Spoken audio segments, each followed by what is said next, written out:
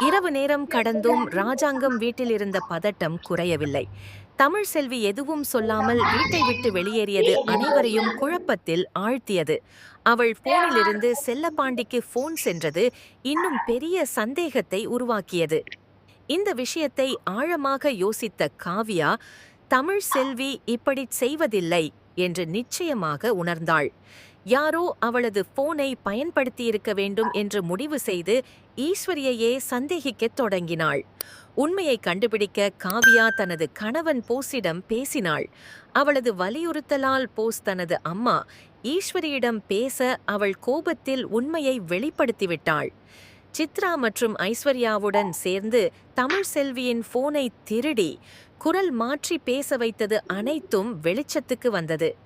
இந்த உரையாடலை காவ்யா ரகசியமாக பதிவு செய்தாள்.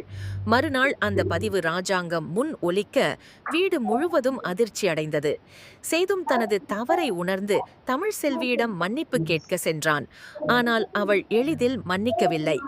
நம்பிக்கை உடைந்த பிறகு அதை திருப்பிக் கட்டுவது கடினம் என்று கூறி அவர்களை அனுப்பிவிட்டாள். இதற்கிடையில் ராஜாங்கம் கடுமையாக ஈஸ்வரியை எச்சரித்தார். சில நாட்களில் சேது தினமும் வந்து மன்னிப்பு கேட்டதாலும் அவன் உண்மையான வருத்தத்தை உணர்ந்த தமிழ் செல்வி மெதுவாக மனம் மாற்றத் தொடங்கினாள். அவள் ஒரு நிபந்தனையுடன் வீட்டிற்கு திரும்பினாள். இனி வீட்டில் முடிவுகளை அவளே எடுப்பாள் என்று. வீட்டில் அமைதி திரும்பிய போதும் ஈஸ்வரி பழிவாங்க புதிய திட்டம் தீட்டினாள். ராகுலை பயன்படுத்தி சேது மற்றும் தமிழ் செல்வி இடையே சந்தேகம் உருவாக்க முயன்றாள்.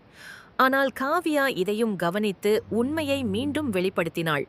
இதனால் சேதுவின் மீது இருந்த அனைத்து சந்தேகங்களும் நீங்கின. காலப்போக்கில் சேதுவின் மாற்றத்தை உணர்ந்த தமிழ் செல்வி அவனை முழுமையாக ஏற்றுக்கொண்டாள். இறுதியில் அவள் ஒரு குழந்தைக்கு பிறந்தாள். அந்த குழந்தையின் வரவு குடும்பத்தில் இருந்த எல்லா புண்களையும் ஆற்றியது. சதி, சந்தேகம்